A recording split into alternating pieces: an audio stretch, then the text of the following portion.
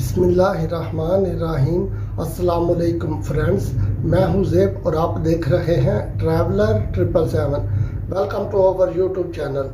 तो फ्रेंड्स, आज हम थोड़ी बात करेंगे शेंजन कंट्रीज़ के मतलब, यानी कि आप जो है आप यूरोप में आके किस तरह से अपने यानी कि जिस कंट्री में आपने सेट होना है उसको आप किस तरह से सिलेक्ट कर सकते हैं, कौन कौन सी यानी कि आपको वहाँ पर चीज़ें देखना है कि जो आपके लिए बेहतर है। तो वैसे तो फ्रेंड जो है आप शेंजन के किसी भी कंट्री में आप कोशिश करें जाके सेट हो जाए तो अच्छी बात है, लेकिन इसमें सिर्फ खाली शेंजन में जाना ये काम नहीं है। जाने के बाद आगे बहुत ज़्यादा और चीज़ें हैं जिनको आपने फेस करना होता है।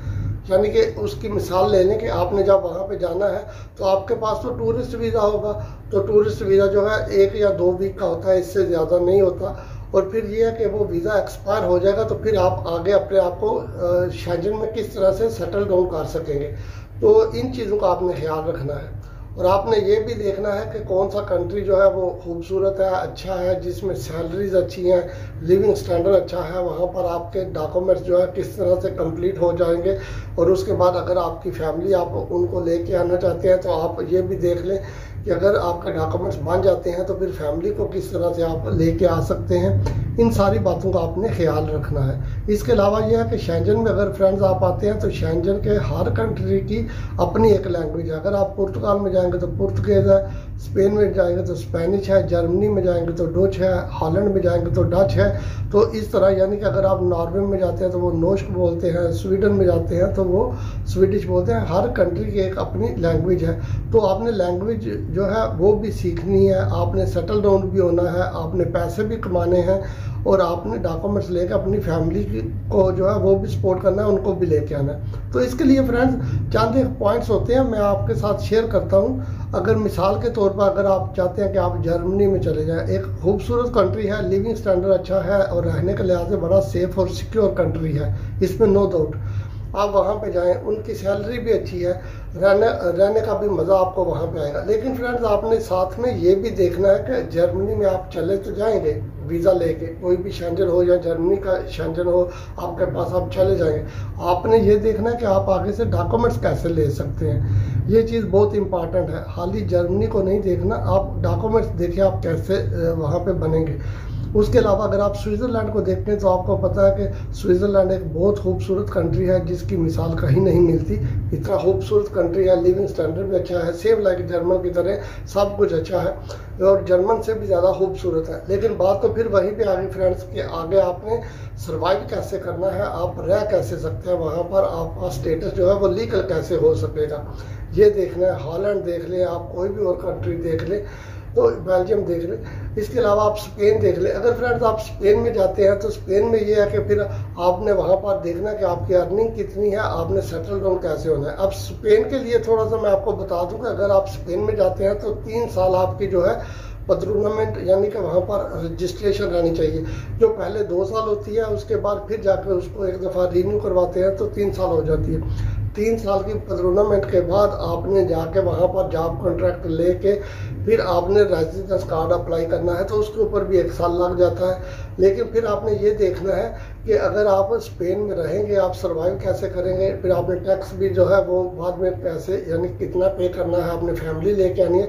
इन चीज़ों को भी आपने कैलकुलेट करना होता है जो कि बहुत इंपॉर्टेंट होती हैं। और 3 साल आपको वहाँ पर रहने के बाद आपने जो है जाकर रेजिडेंस कार्ड अप्लाई करना है। इसके बाद हम पुर्तगाल अगर देख लें फ्रेंड, तो पुर्तगाल में बेसिकली ये है कि आप जो है टूरिस्ट वीज़ा पे जाते हैं पुर्तगाल में आप रहेंगे, वहाँ पर आपके डॉक्यूमेंट्स किस तरह बनेंगे, आपकी अर्निंग कितनी है, ये बहुत इंपॉर्टेंट सवाल है पुर्तगाल को मद्देनज़र रखते हुए, क्योंकि पुर्तगाल में वेजेस इतनी ज़्यादा हाई नहीं है। आपने अब जो है वेजेस भी देखनी है और आपने डॉक्यूमेंटेशन भी देखनी है। जिस तरह का मैंने बोला कि जर्मनी या स्विट्ज़रलैंड या बेल्जियम वगैरह में चले जाइए, हॉलैंड में तो वेजेस बहुत हाई हैं, लेकिन वहाँ पे डॉक्यूमेंटेशन का इशू है, आप लीगल कैसे होंगे, ये प्रॉब्लम है। अगर आप पुर्तगाल को देखें कंपैरिजन दोज कंट्री जो मैंने अभी आपको बताए हैं, तो फिर आपके लिए फ्रेंड्स ये है कि आप पुर्तगाल में रुकें।